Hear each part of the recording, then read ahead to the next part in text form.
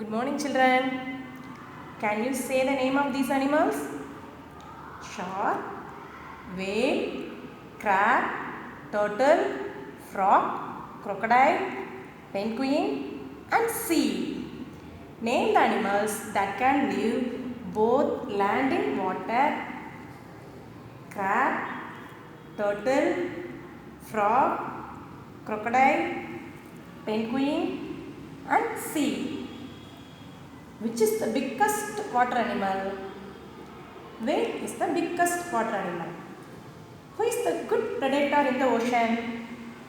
Shark is the good predator in the ocean. Which animal makes the sound ripit ripit? Frog makes the sound ripit ripit. How does the frog move? The frog moves by hopping. Who has hard shell? Turtle has hard shell. Who walks sideways? Crab walks sideways.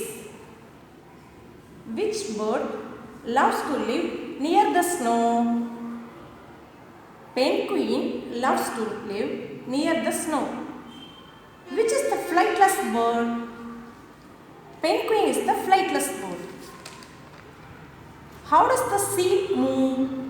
The seal moves by crawling. Thank you, kids.